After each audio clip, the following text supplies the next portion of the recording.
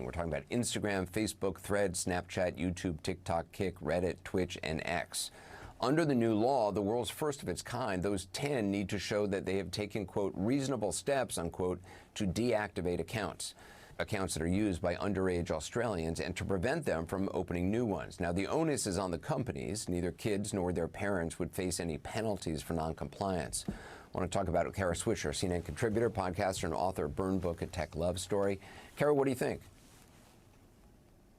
I think, it's a drastic measure, of course, and it would be a very difficult thing to put in this country. But at this point, given the inability for these companies to regulate themselves, a lot of countries have had it, like in terms of the effects on young men, young women, and everything else. And so in this case, treating it like cigarettes or drinking or even driving or anything else that is unsafe for kids without the proper safety measures in place, you kind of have to, this is where you get to at this point. Do you think 16 is the right kind of age requirement?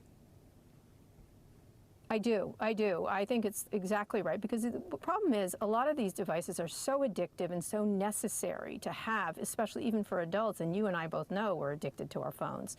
It's much more difficult with kids who are still forming opinions and everything else. And so we do it with everything else, and it's very clear that when something's addictive, we usually tend to act on it as a society.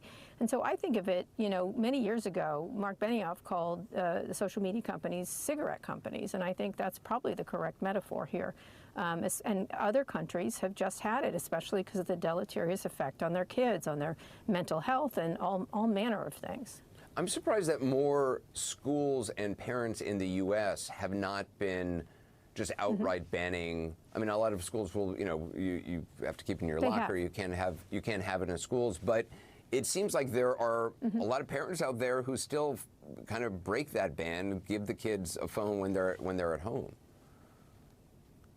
They do. That's the problem. I think the problem is, Anderson, we're all addicted to these things. And for adults, they're necessary for your job. They're also full of information. There's so many good parts of these things, but unfortunately the way they're designed and the way they've been deployed, especially in social media, it's about keeping you on there and either doom scrolling or constantly be waiting to get to the bottom, of which there is no bottom.